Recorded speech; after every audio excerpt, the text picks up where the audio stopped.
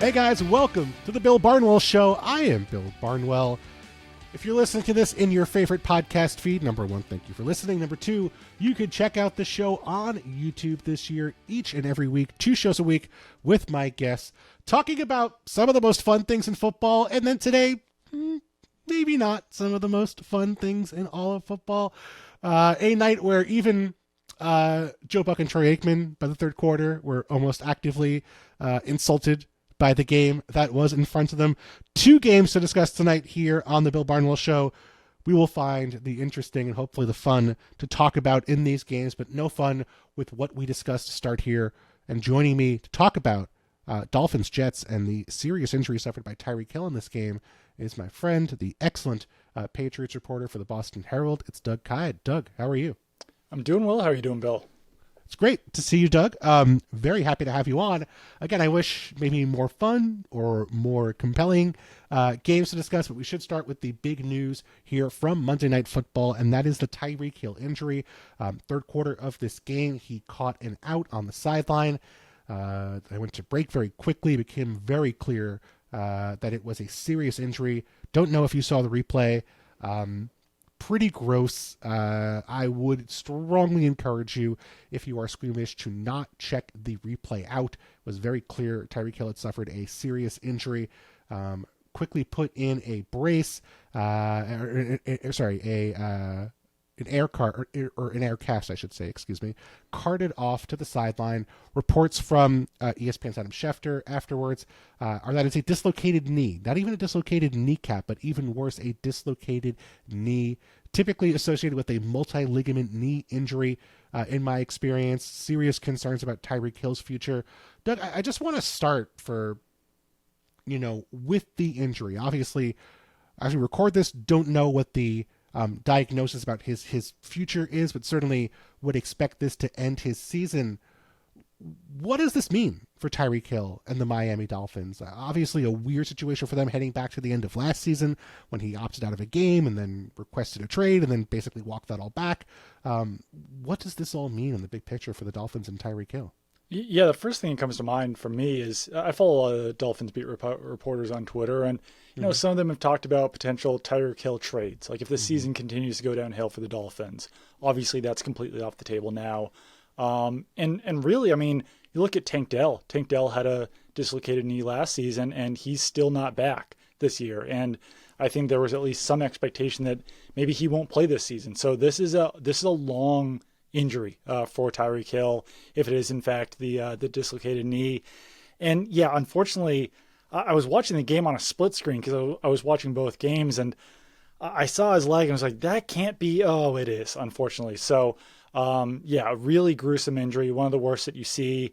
And I think that just in the short term for the Dolphins, I mean, I was at a Dolphins game just a couple of weeks ago, and with Devon Achane, Tyreek Hill, and Jalen Waddle on the field, I know the Dolphin season has not started the way that they wanted it to, but with that amount of speed on the field, there's always a risk for a big play. You always have to keep in mind where all 3 of those guys are at. Safeties have to be back deep. Like, you just have to constantly be protecting against the deep ball. And now you remove Tyreek Hill from that equation, and obviously there's a precipitous drop-off at wide receiver for the Dolphins. It just makes them that much less dangerous. And I feel like they got a little bit lucky in this game against the Jets. Lots of turnovers, obviously, lots of penalties for the Jets. They were able to kind of coast in this one and win it. It could be a rough season now for the Dolphins without Tyreek Hill. Yeah, already not, frankly, off to a great start even with Tyreek Hill. It did get a victory tonight, but it's been got off to a very rough start, and then they play the Bills tough but lose to the Bills in week 3. You get that long week, and then now, even with a victory, sort of a Pyrrhic win with the Tyreek Hill injury. A really good point in terms of just how it's going to impact the offense. Certainly losing a star, it's going to hurt every offense, but this offense feels so predicated on the special things that a healthy Tyreek Hill has been able to do in terms of what he does after the catch, what he does with the ball in his hands, how they can maximize that. And now Jalen Waddle, who has been more promising this year, although he's had a couple inconsistent seasons. Now he has to be the number one. Malik Washington has to step up. Devon Achane, who already feels like he gets like 30 targets a game somehow in this offense, is going to be an even bigger part of the offense in the passing game, more Ollie Gordon than presumably in the run game. Obviously, you can't replace Tyreek Hill with one player, but is that enough for you if you're the Dolphins to sort of say, listen, like, we are good with this season. Like, it's just not going to happen for us. We cannot be a competitive team without Tyreek Hill. Or do you think that's even an option just because of the sort of tenuous roles or the tenuous futures of Chris Greer and Mike McDaniel in the GM and head coaching roles for this organization? Yeah, I mean, if I'm those guys, I'm probably trying to find another wide receiver, one way or the other. But obviously, ownership has somewhat of a say in that as well. And given the tenuous nature, as you mentioned, of Chris Greer and Mike McDaniel, I don't know if they'll want the Dolphins to be shipping off future assets for a wide receiver. But I mean, from what I've seen of the Dolphins, which is quite a bit so far this season, I know it doesn't really reflect it that much on overall touches, but it seems like Mike McDaniel just absolutely adores Malik Washington. And he's not as effective, though, clearly, as Tyreek Hill. And obviously, many players in the NFL are not as effective as Tyreek Hill. But I think that he's someone who could benefit in the short term here. I think that we'll probably see even more targets, even more usage from Malik Washington. But he's just not as explosive of a playmaker, obviously, as some of those other guys. Certainly helps to have Darren Waller stepping up, though. Yeah. He had 2 touchdowns. Seemed like he was kind of back to his old self in this game, and that can help a little bit. But no, if I'm Greer and McDaniel, like, if my job's on the line, yeah, I'm trying to add another wide receiver here. I don't. It's early, and I don't know who else would really be available for them. In terms of what you've seen from them so far this year, obviously this was probably their best performance of the year. Although, like you said, we'll get to a little bit of luck certainly in how they won this game over the Jets. Do you feel like if they can stabilize that wide receiver spot, whether it be Malik Washington, whether they do go out and add somebody, whether they get something, maybe not 2 touchdowns a game, but if they can get something consistent from Darren Waller, who made his debut after missing the first few games of the season, do you think there's enough here to be competitive and potentially compete for, if not the division, which seems very unlikely, at least try to compete for a wild card spot? Honestly, not really. I mean, they struggled against the Patriots in week 2. And it's weird because I feel like they've got a lot of guys on defense, like, not to oversimplify things, but like, they've got such a deep rotation at pass rusher. And they just don't do a whole lot there. And even I know a lot has been made out of the injuries in their secondary, but like, Rasul Douglas has started a lot of games in the NFL. Jack Jones has started a lot of games in the NFL. Obviously, Minkah Fitzpatrick is a good player, but they just can't really get that much done in the secondary as well. Tonight, they were really struggling against the run, both with Justin Fields and the Jets running backs. And so it all feels like it's coming to a head for the Dolphins. And I think that obviously Mike McDaniel has done a good job overall with the Dolphins, but it's certainly on a downward spiral. It's been trending downwards. And no, I don't see them being competitive. And obviously a higher chance that they got Tyreek Hill out there, but as we've mentioned, you just can't really replicate him. Yeah, and the tough part is you look at these two teams and you would expect on paper that the Dolphins would be the more explosive team of these two, but the Jets were the far more explosive team in this game. The Dolphins did sustain some drives as the game wore on, but it just there's just hasn't been that sort of spark for this team creating big plays, even with Tyreek Hill on the field over the past year and a half. And that was for a team that was so devastating with those big plays going back to 2023 when they had Chan averaging like 7 yards a carry all year, and Tyreek having one of the greatest wide receiver seasons ever, even Raheem Mostert having a lot of big plays during that season. It just felt like for them to thrive, because they are kind of sloppy, because they don't have a great offensive line, felt like they had to be hitting consistent explosives to pull that off, and they have not been able to do that so far this season. And adding Tyreek Hill to the or getting rid of Tyreek Hill from the roster certainly seems like that makes it less likely they'll be able to do that in the weeks to come. Tyreek Hill, so there had been certainly plenty of conversations. I don't know about within the building, but certainly outside the building, a lot of fans having conversations over the first few weeks of the year about the Dolphins potentially trading Tyreek Hill. Obviously, when the Chiefs were struggling, that was the easy link between those two teams. Didn't really make a ton of sense given that they were getting Xavier Worthy and Rashee Rice back, but certainly this now takes a trade of Tyreek Hill off of the table. Next year, Doug, Tyreek Hill, a $26.9 million base salary, none of which, to my knowledge, is guaranteed. Do you think this is the last of Tyreek Hill we've seen in the Dolphins uniform? Probably. I mean, obviously I don't know that for sure. But if this is a multi-season injury, the way it's been for Tank Dell, then yeah, I could absolutely foresee that happening. And given the money situation, given the injury, given his age, given the fact that there already were some of those trade murmurs, I think that it probably makes sense to do a reset there at wide receiver. And it's hard to even know what Tyreek Hill's, what his market will look like if this is the end of his career with the Dolphins. But obviously he's shown enough in the NFL that maybe he could still land somewhere. But yeah, this is a pretty severe injury for him given where he's at in his career. Really career altering, I think. Such a tough situation. Certainly you figure he could take a pay cut and come back. But this was an organization that already, after what happened in Week 18 last year, felt like maybe the best thing for all parties involved would have been some kind of split.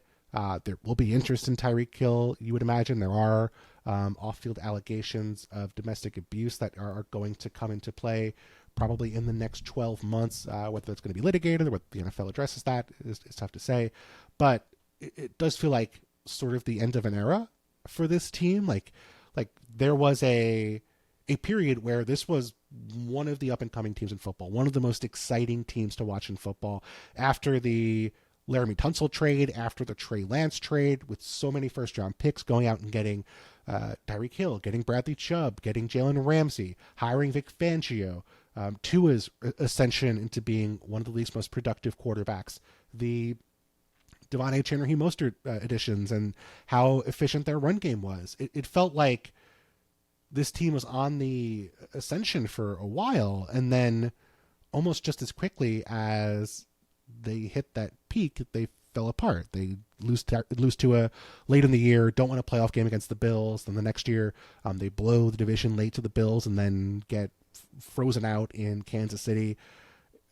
Like, do you think, even if the Dolphins are not going to be competitive this year, do you feel like this is it for this version of the Dolphins, the Mike McDaniel, Tyreek, Tua, that core of Dolphins? Like, do you think this is a moment where we look back and say, okay, like the train was going down the tracks, but it went much faster after the Tyreek Hill injury, and it led to another Dolphins rebuild? Yeah, it seems to be trending that way. And obviously there were rumors about Mike McDaniel's job safety even before this. Mm-hmm. So if this season continues to go downhill for the Dolphins, it seems like, unfortunately, that probably would be the case.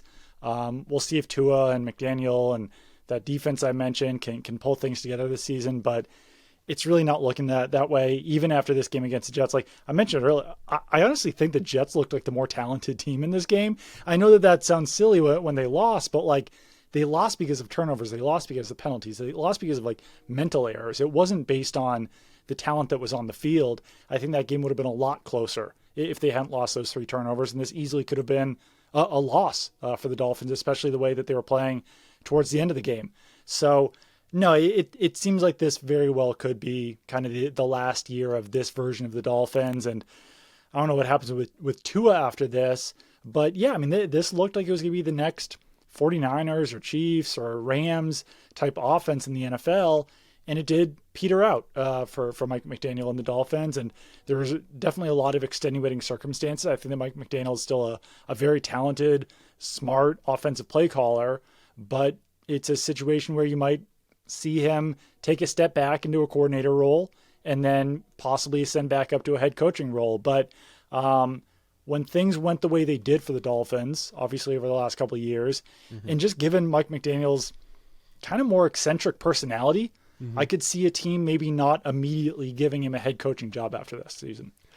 Yeah, I mean, I think about Josh McDaniels, and I think, if you're a good offensive coordinator or a good play caller and people think you can develop a quarterback, you'll always get an opportunity, but it does take time to sort of reestablish herself. And, there's still opportunities here in this offense, but it just does not feel as vibrant, does not feel as innovative, as original, as unique as it did during the early days of the McDaniel tenure. It feels like it might be time, at the end of this year, by the end of this year, for him to take a step backwards, focus on offense.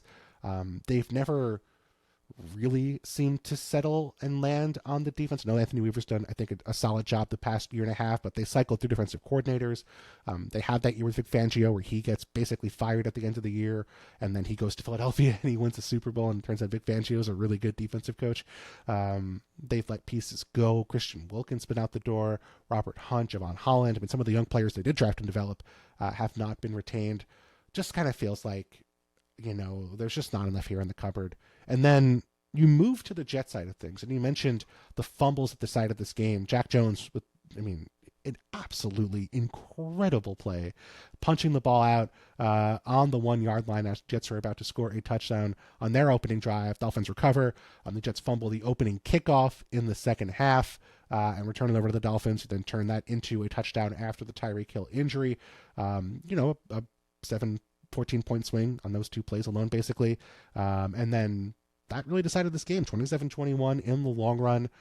Like you said, I think there's things to like about the Jets' performance in this game, and yet after the game, there were reports, I think Rich Cimini of us at ESPN came out and said that he heard Aaron Glenn basically through the wall screaming at his team after this game.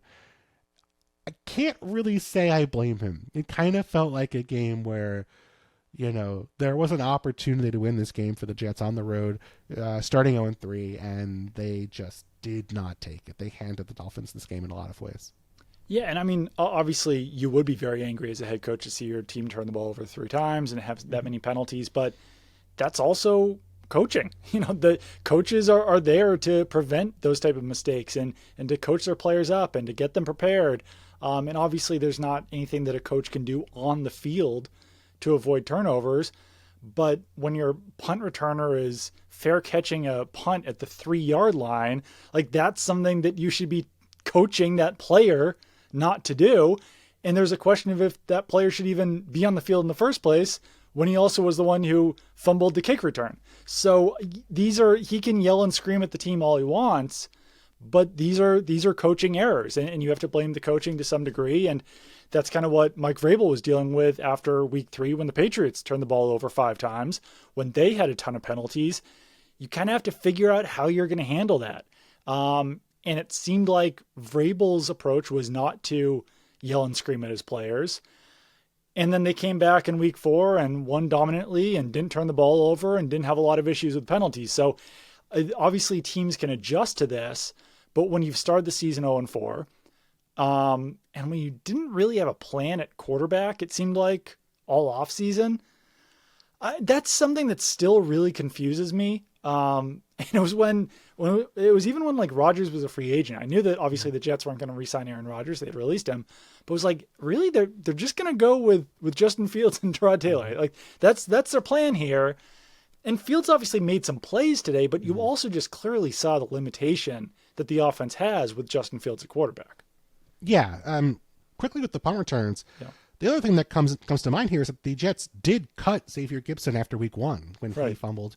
I think was it a punt or a kicker? He fumbled a play away against the Steelers, and then after the game they just said, yeah, we just decided to cut him. It wasn't a penalty. It wasn't because we were pissed at him for that one play. We just thought it was best for the team, which is okay, fine. If that's what you feel, that's what you feel.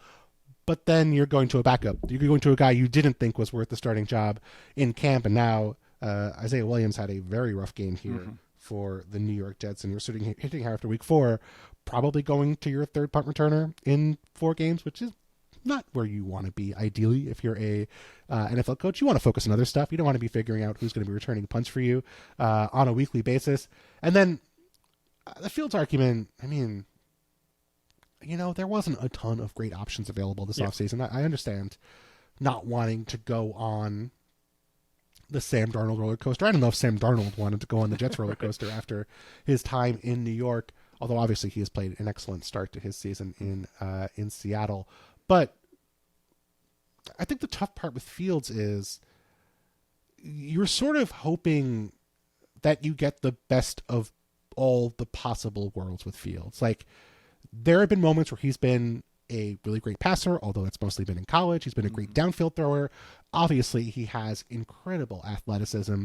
He's made some big plays. He can be part of the quarterback run game, but then he also has trouble staying healthy, as we've seen already this season. The thing that keeps coming to mind for me with Fields, and this has been true pretty much his entire career, and I don't think this is a reflection on him as much as it is like just the sort of NFL offensive, industrial complex, is it always feels like he's playing his best football and doing the best stuff when he's improvising, when he's playing out of structure. And this game was no exception. I mean, just an absolutely incredible 4th and 1, 43-yard touchdown run where there's pressure on him immediately. He just has to abandon the play. It turns into a backyard football game, and he just runs away for a long score, similar to what he did during his best seasons with the Bears. And, I mean, not a ton from him. I mean, a little more.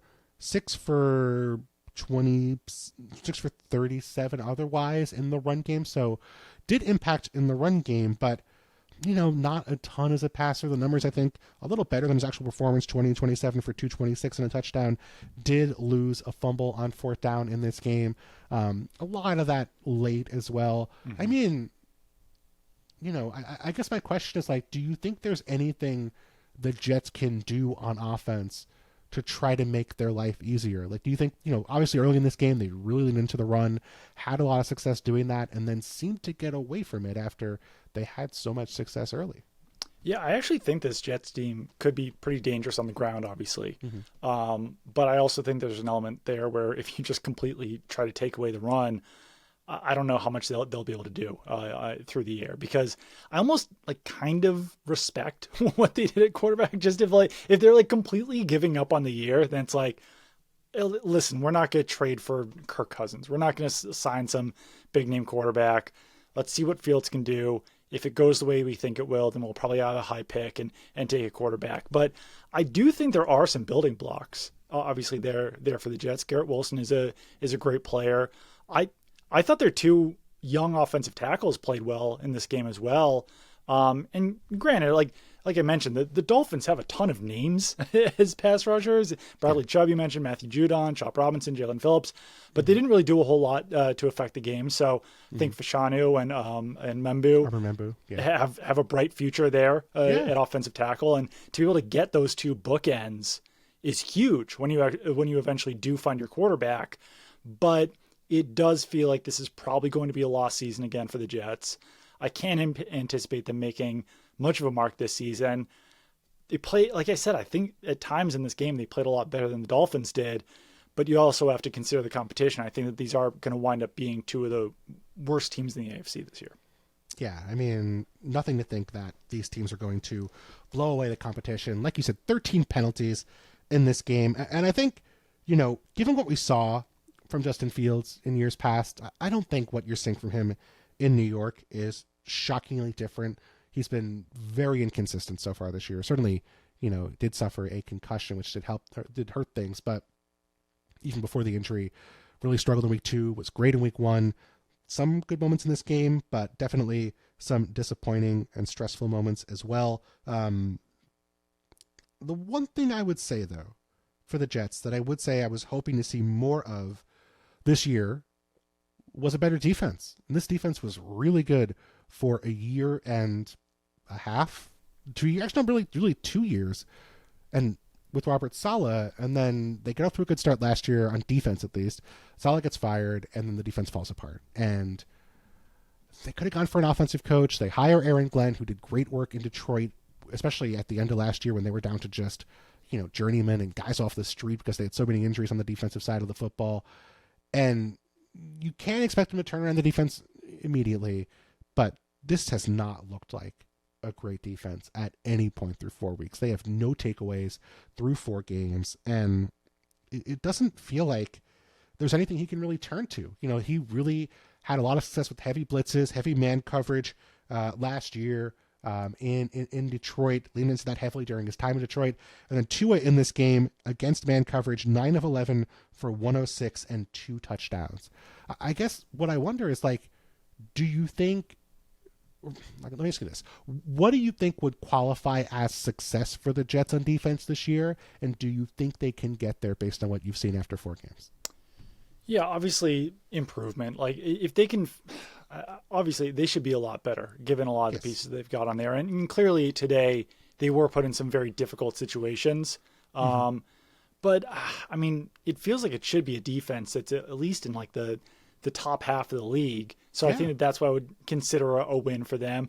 They need to start obviously getting a lot more takeaways, especially if their offense could be turning over the ball as much as they are. And they have players who should be able to do that. I mean, you got Sauce Gardner at cornerback. I know he's not necessarily lived up to what he was early on in his career, but he's still a very good player. So yeah, and with Aaron Glenn, one thing I will say, obviously Aaron Glenn deserved that coaching role, did a good job with the Lions, especially last season, but the Lions historically weren't necessarily like a top half of the league defense. So I am curious to see if he can turn this thing around quicker for the Jets than he did with the Lions. But no, I mean, they're definitely a team that's going to have to depend on their defense, and their defense has been a huge disappointment so far. Yeah, I mean, like you said earlier, with the fumbles, there were 5 fumbles in this game. The Dolphins recovered all 5, including both of their fumbles on offense. Maybe if they get a fumble, they get an interception, maybe that changes things. But, I mean, Darren Waller scored 2 touchdowns on them in this game, one of which he was pretty wide open on.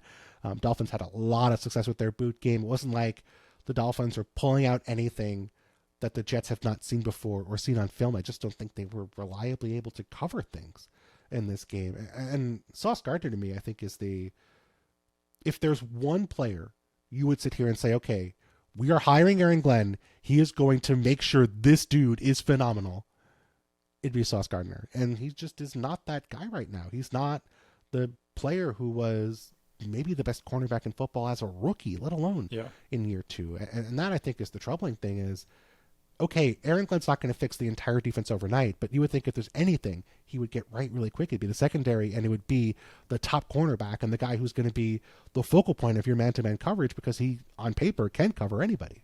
Definitely a work in progress, to say the least, for the New York Jets and the Aaron Glenn era, which is now off to an 0-4 start.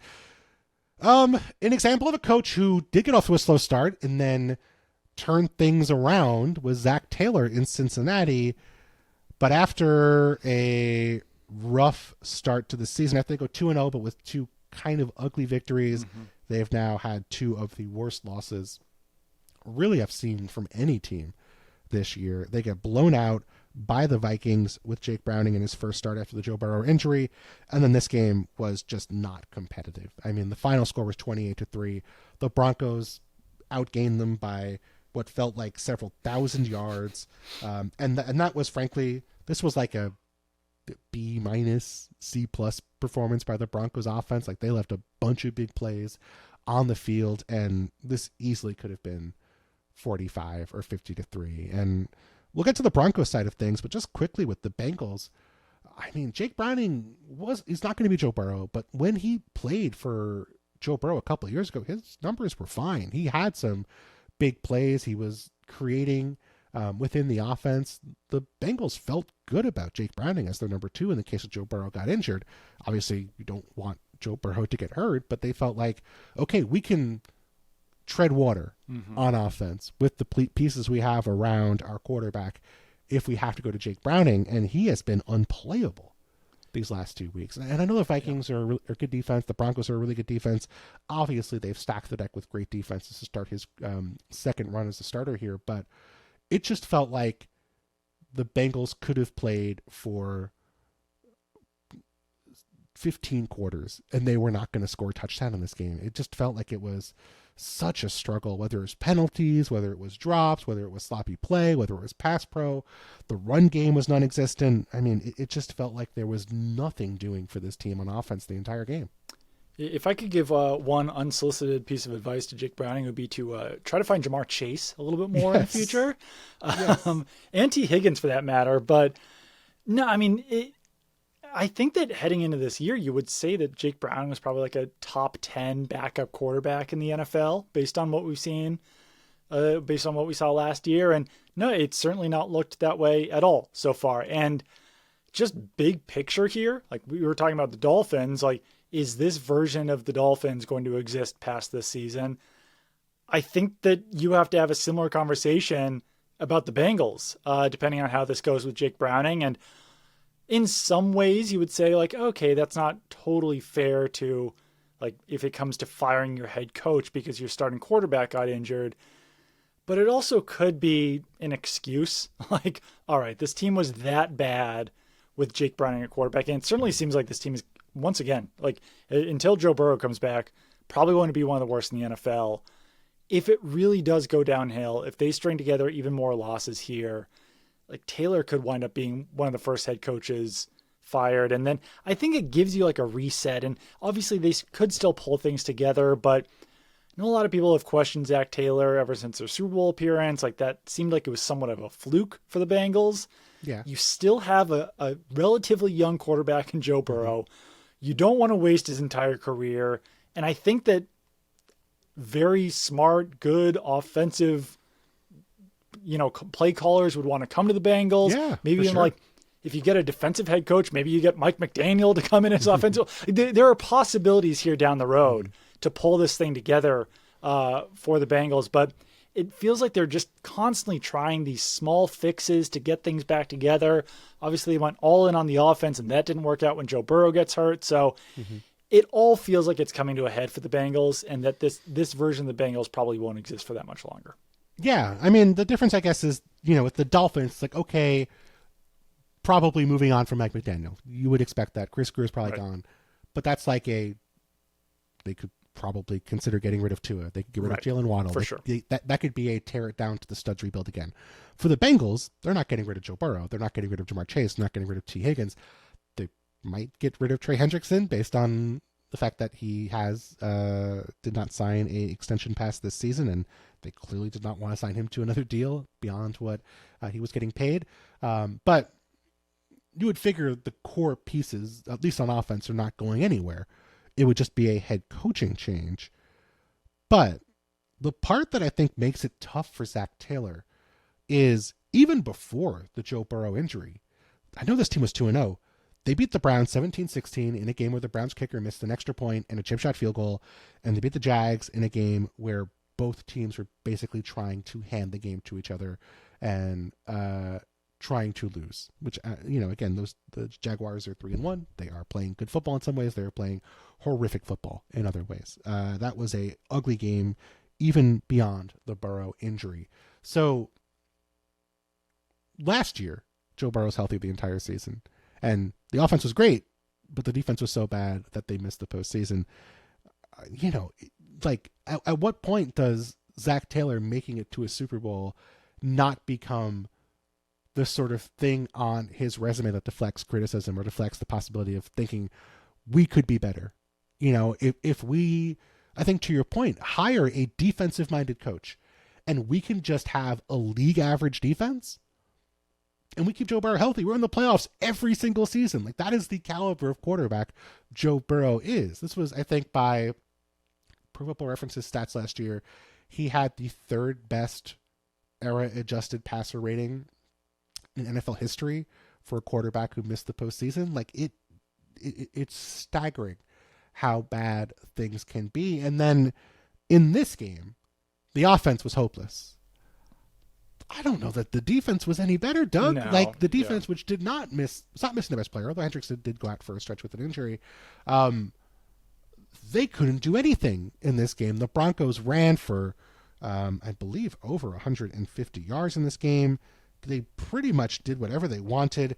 The Bengals did get an interception on a 4th-and-1 throw by Bo Nix inside the 5-yard line, which did kind of give them a little bit of life. But, I mean, the Broncos moved the ball at will. Like I said, there were a couple big plays in this game they narrowly missed. Either, a drop or Nix put a little too much on the throw. They weren't on the same page. But Broncos could have had 45 points in this game. And that, I think, is the scariest part to me, because even if Joe Burrow was here, the defense is not good enough. And, outside of changing defensive coordinators, there's nothing that should have made you think the defense was going to be good enough based on what we saw a year ago.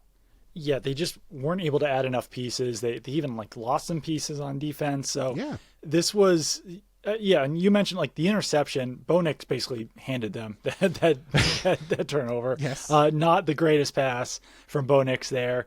And you mentioned like the pass to Troy Franklin down the seam. Like he easily could have caught that, made that a big play.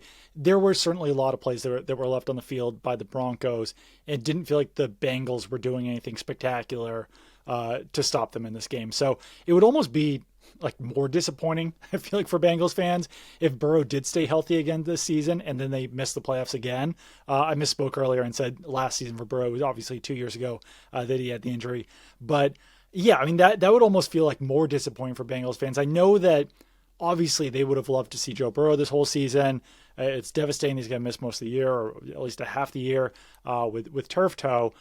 But I also think that for Bengals fans, like if this is what it takes to potentially get rid of Zach Taylor and to bring in some other head coach, whether that is an offensive-minded head coach who will stick around forever with Joe Burrow, or as you mentioned, like a defensive head coach who can turn around the defense, and then maybe they have to filter through offensive coordinators throughout the years, but that would ultimately mean that they would be having success, which is better than they're having right now. So yeah, I don't know. I think it's going to be a pretty ugly year for the Bengals. As you mentioned, like lucked out to start the year 2-0. I think what we've seen the last couple of weeks is probably more real of what we're going to see for the Bengals. I think the offense probably turns around a little bit when they're not facing as dangerous of defenses. Like that Broncos defense was really looked very, very, very solid, very good today. So I think obviously they'll have some better performances throughout the season, but it like Browning just did not look good in this game. And that's with an arsenal of weapons. And I mean, that's not even mentioned the offensive line was a huge issue in this game as well. Whether it was penalties, whether it was pressures, whether it was sacks, like they were really not holding up in this game. And that was another unit that I think the Bengals have just been trying to fix year after year after year. And it's not going well, obviously. Yeah. Yeah. I mean, Ted Karras gets penalized on a 4th and 1 early in this game for a false start that cost them. That was a pretty brutal call, though, I will say. I mean, yeah, not going to say we had some questionable calls between the two games. Yeah. But I think just, at some point, like, okay, what is your philosophy? Like if your philosophy isn't working, how are things changing? And for the Bengals, the broadcast highlighted this. Al Golden has blitzed at like the lowest rate in football, maybe in recent history, through 3 games. And today he had to blitz a little more, and Bo Nix was 7 of 9 for 101 yards and a touchdown against the blitz. So it wasn't like the blitz gave Bo Nix any trouble in this game. For the offense, like, okay, like if Zach Taylor is really adding something, like what are they doing to make their young quarterback's life easier? The broadcast again mentioned he felt nervous about throwing over the middle of the field, which not a good sign if you're just like, okay, I'm just going to focus on the sidelines. If I'm going to miss, I'm going to miss in places that are not to the opposing team. Like, I understand maybe wanting to do that, but like it's real hard to run an NFL offense doing that. And you just saw so much of this game was just early on, just fades over and over again to Jamar Chase and T. Higgins. Really anyone who was covered against Riley Moss just trying to get a 50-50 ball, and that's a really tough way to run an offense. Like, you have to hit a lot of those to keep the offense going, and that's not a high percentage pass. Didn't feel like, contrasted to someone like a Kevin O'Connell in Minnesota, where for whatever weaknesses those offenses have had, or whatever struggles those offenses have had at times, like it felt like he has done whatever's possible to make his quarterbacks' lives easier, like moving his receivers around, getting them in the backfield, creating run game opportunities, working heavy play action.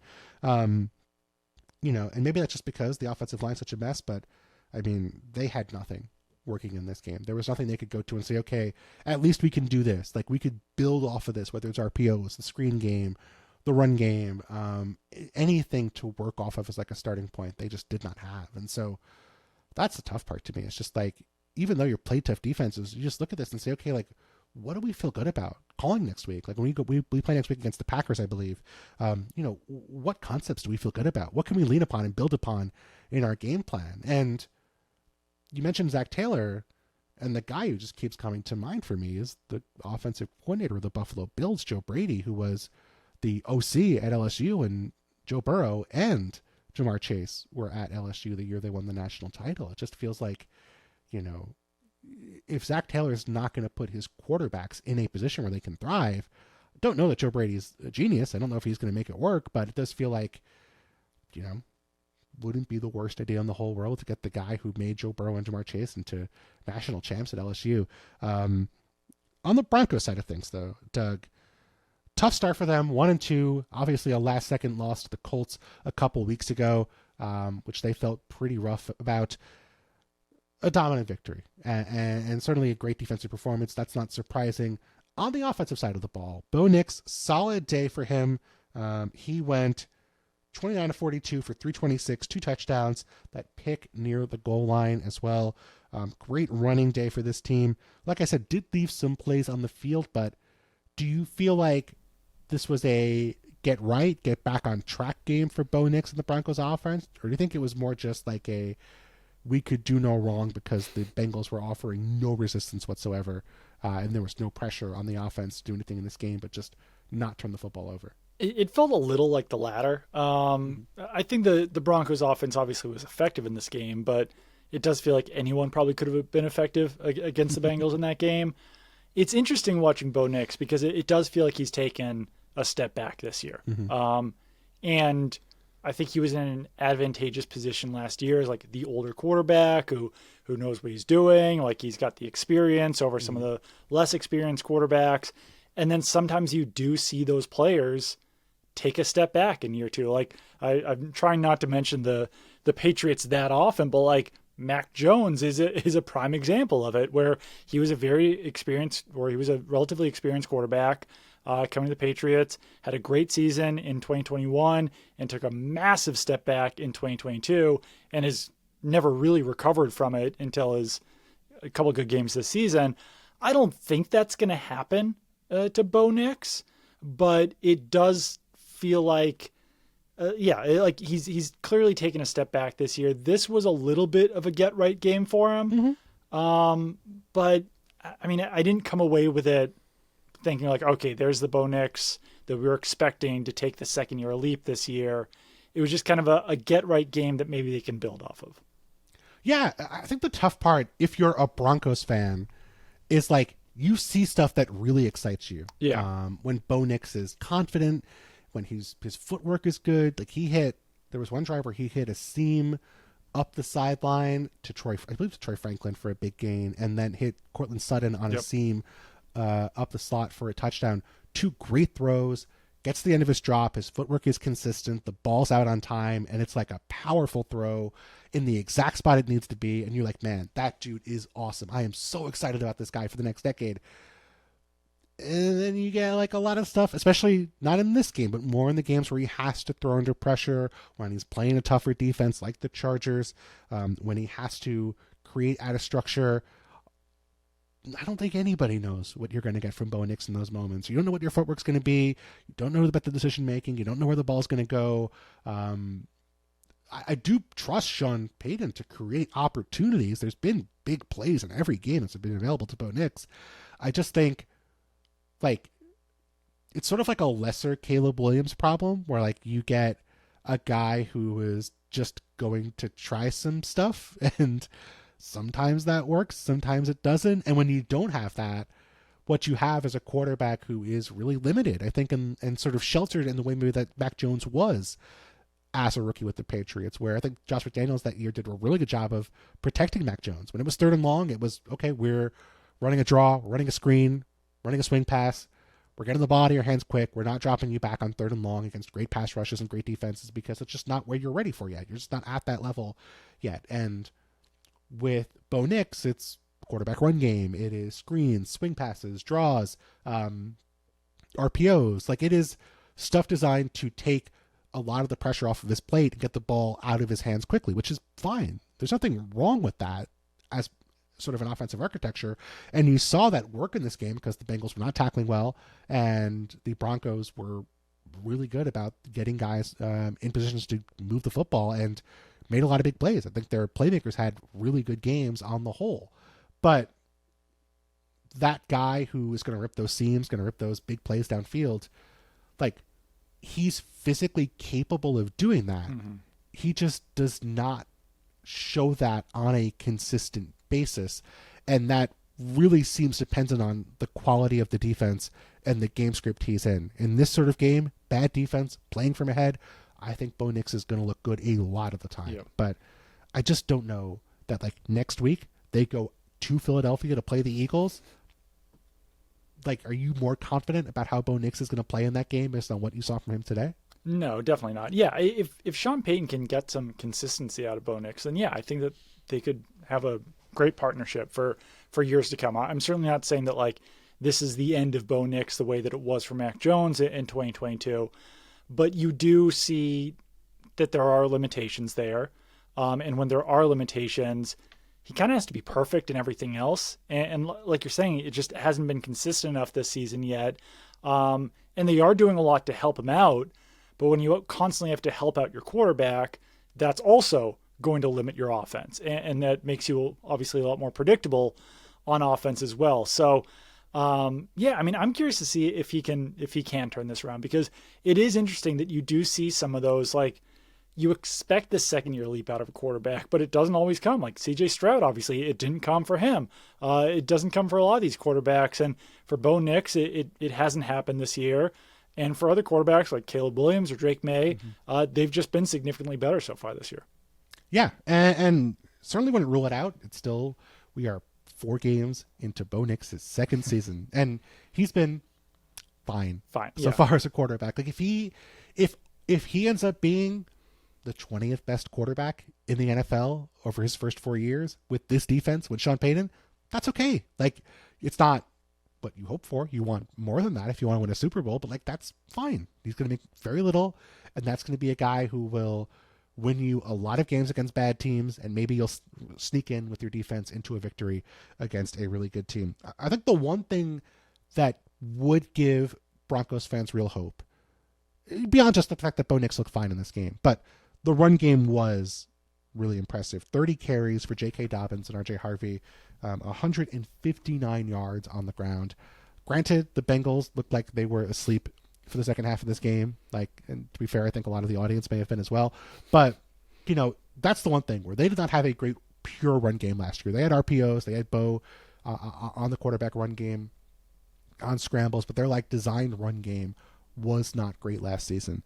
If they get that going, and that's something they can consistently call upon, and they have a great offensive line, they should be able to run the football effectively. That makes Bo Nix's life a lot easier, and maybe does open up some of those play action shots downfield. Yeah, definitely. I mean, the Broncos' run game had a higher success rate than their passing game in this game. And I mean, you look at J.K. Dobbins' stats, like averaging 6.3 yards per carry when your longest run was 16 yards. That means that you are consistently gaining big gains, chunks, but not like no huge explosive runs for Dobbins. But he was just consistently finding room. Broncos do have a good O-line.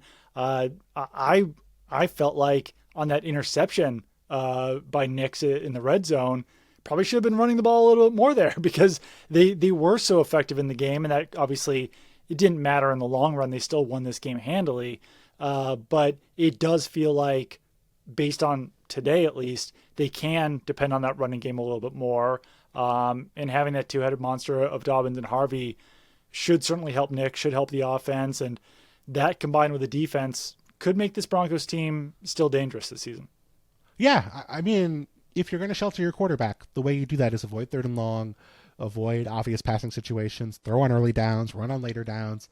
And if you have a running game you trust on 3rd and short, a running game that's going to get you chunk of yardage like you got in this game, that to me, I think is the most optimistic side for this Broncos team heading into a high profile game. Now, game against the Eagles, the undefeated Super Bowl champs, 4-0, great defense in Philadelphia.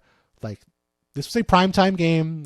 It was not the game I think ESPN was expecting when they put Broncos and Bengals on the schedule before the year. But impressive win. Nothing wrong with that. You'll take it. But I do think what we see against the Eagles next week, even if they lose, if they just are competitive and Bo Nix plays well, I think I'd be a lot more optimistic about Bo Nix and the Broncos, what they're going to do this year if they play well against the Eagles as opposed to dominating a Bengals team that felt like sacrificial lambs for most of this game. Yeah, it was just never close. And one other aside, it should be illegal for a running back to wear number 12, like RJ Harvey is doing. It's just, it looks so wrong. It looks so bad. You have very strong jersey number feelings, I feel like. I do. I mean, Evan Ingram wearing number 1 was offensive to me too, but it's okay. Oh, no. Yeah. But he's like a quasi wide receiver. I know, but then he just looks like a wide receiver out there. I don't know. I am weird about numbers. It's true. Doug, you do not normally talk about these teams. Normally talk about the New England Patriots, who are off to an entertaining start this year. Some frustrating losses, but a couple of big victories. A fun team to watch. A little maddening at times, if I'm being honest, when it comes to their capacity for self-destruction. But where can people check out your coverage of the New England Patriots? Yeah, you can go to bostonherald.com. Follow me on Twitter at Doug Kyed. Got a podcast, Pat's Chat, with my buddy Michael Hurley. Yeah, that's where you can find it all. And yeah, it's certainly been a more entertaining season than the last couple of years. So things are at least a little bit on the upswing for the Patriots, it seems. Awesome. Doug, thank you so much. Anytime.